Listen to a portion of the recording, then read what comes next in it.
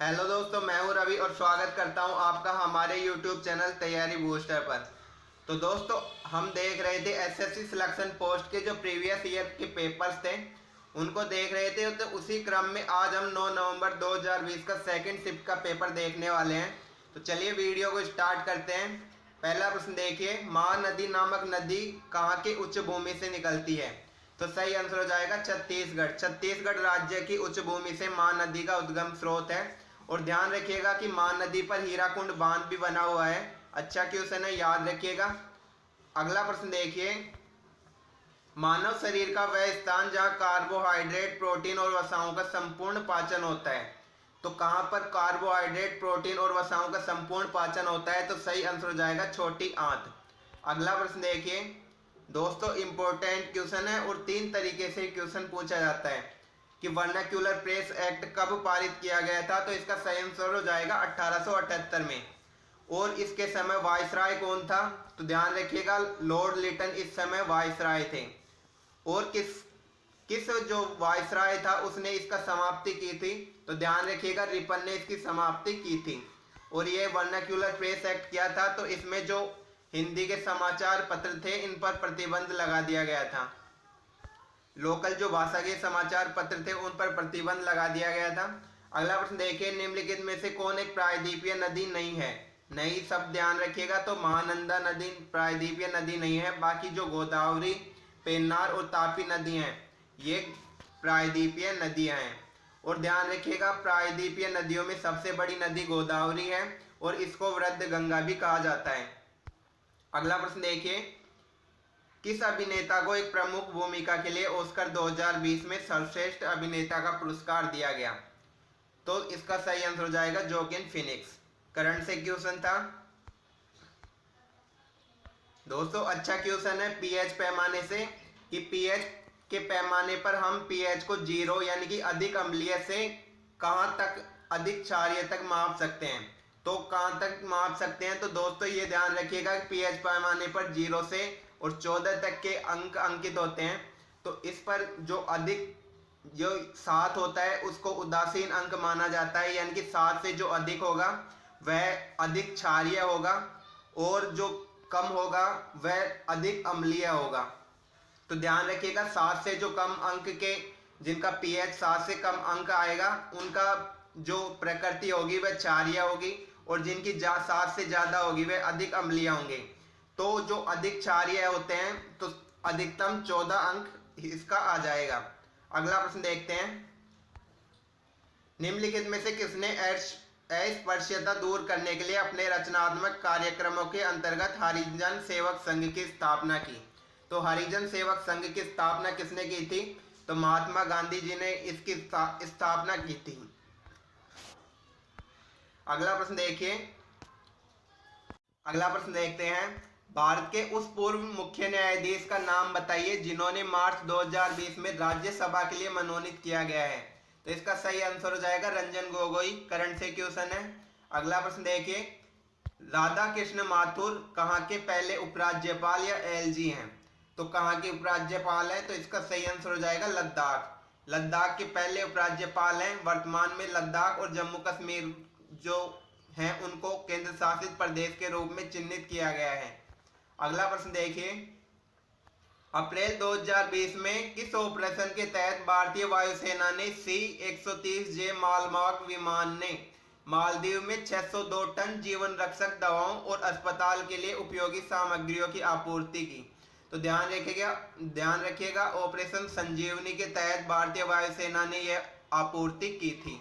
अगला प्रश्न देखते हैं, निम्न में से किस संग्रहालय को भारत में भारत ब्रिटिश वास्तुकला का बेहतरीन नमूना माना जाता है, जिसे राज का ताज भी कहा जाता है? तो इसका सही आंसर हो जाएगा विक्टोरिया मेमोरियल हॉल जो कोलकाता में स्थित है, उसे राज का ताज भी कहा जाता है और भारत ब्रिटिश वास्तुकला का बेहतरीन नमूना माना जाता है।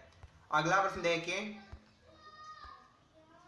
साइंस से क्वेश्चन है, नाभिकीय विखंडन में मूल नाभिक और परिणामी नाभिकों के बीच द्रव्यमान का अंतर डेल्टा एम प्रसिद्ध समीकरण E बराबर डेल्टा एम सी स्क्वायर द्वारा निर्धारित दर से ऊर्जा E में परिवर्तित हो जाता है, जिसे सर्वप्रथम किसके द्वारा प्रतिपादित किया गया था? तो इसे आइंस्टीन का समीकरण कहा जाता है। ध्यान रखिएगा E बराबर mc² को।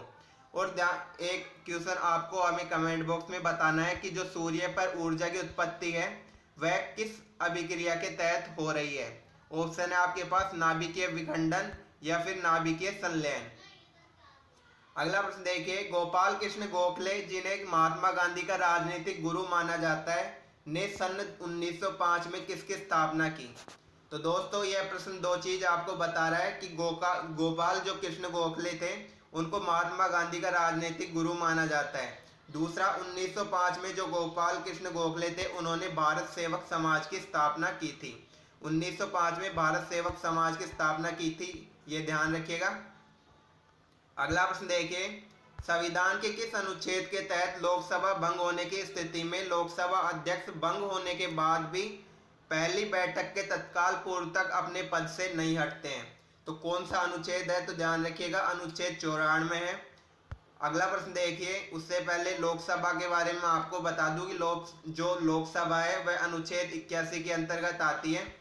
अगला प्रश्न देखते हैं, रेलवे की कपूरथला स्थित रेल कोच फैक्ट्री RCF द्वारा विकसित अल्प लागत वाले प्रोटोटाइप वेंटिलेटर का नाम क्या है। तो जीवन नाम है। करंट से क्वेश्चन है ये भी। अगला प्रश्न देखते हैं, भारत के विविध पर्यटन गंतव्यों और उत्पादों के प्रचार प्रसार तथा देश में विदेशी पर्यटकों के आगमन और घरेलू पर्यटन में वृद्धि के लिए केंद्रीय पर्यटन मंत्रालय ने अपनी प्रचार गतिविधियों के भाग के रूप में ब्रॉड लाइन के अंतर्गत अंतर्राष्ट्रीय राष्ट्रीय बाजारों में अभियानों की शुरुआत की।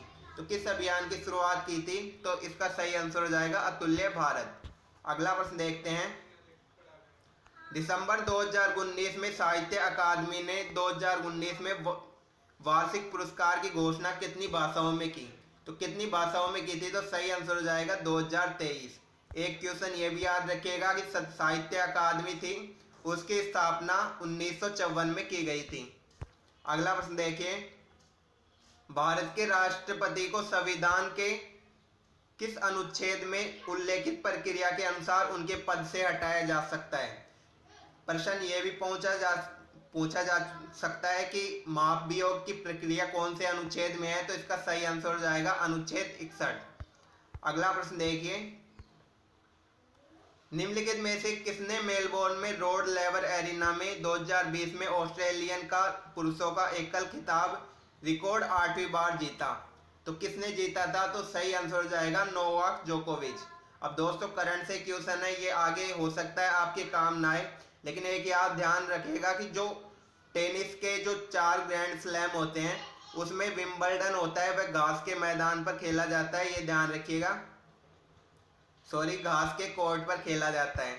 अगला प्रश्न देखिए, निम्न में से क्या हृदय की धड़कन और श्वसन की गति को नियंत्रित करता है। तो इसका सही आंसर हो जाएगा जो मेडुला ओब्लांगेटा होता है, पश्चिम मस्तिष्क का जो भाग है यह हृदय की धड़कन और श्वसन गति को नियंत्रित करता है। अगला प्रश्न देखिए, 1857 के महान विद्रोह के समय दिल्ली का नेतृत्व बहादुर शाह के पास केवल नाम मात्र था, लेकिन वास्तविक नियंत्रण किसके हाथों में था। तो ध्यान रखिएगा वास्तविक नियंत्रण जनरल बख्त खां के हाथ में था। अगला प्रश्न देखते हैं, ललित कला अकादमी जो कि कला की राष्ट्रीय अकादमी है की स्थापना कब की गई थी। तो ललित कला अकादमी है उसकी स्थापना 1954 में की गई थी। अगला प्रश्न देखिए, निम्न में से कौन सा दर्रा हिमाचल प्रदेश में स्थित है। तो ध्यान रखिएगा लेपचला दर्रा है वह हिमाचल प्रदेश में स्थित है। बाकी जोजिला दर्रा जो है जम्मू कश्मीर में स्थित है, बनिहाल दर्रा भी जम्मू कश्मीर में स्थित है और खारदुंगला दर्रा है वह लद्दाख के लेह जिले में स्थित है। अगला प्रश्न देखिए, कोरबा कोयला क्षेत्र भारत के किस राज्य में स्थित है। तो ध्यान रखिएगा कोरबा कोयला क्षेत्र छत्तीसगढ़ राज्य में स्थित है। अगला प्रश्न देखिए, आनंद मठ एक पुस्तक है जो कि 18वीं शताब्दी के अंत में हुए सन्यासी विद्रोह से संबंधित है। इस पुस्तक के लेखक का नाम बताइए। तो बंकिम चंद्र चटर्जी इसका सही आंसर हो जाएगा। और ये प्रश्न एक चीज और ध्यान रखिएगा कि यह पुस्तक किस बात पर आधारित है। तो सन्यासी विद्रोह का इसमें उल्लेख किया गया है। ये भी प्रश्न अच्छा है तो ध्यान रखिएगा इसको भी।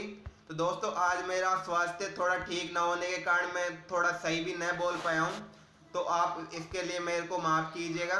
तो चलिए वीडियो से विदा लेते हैं, मिलेंगे अगले वीडियो में। धन्यवाद।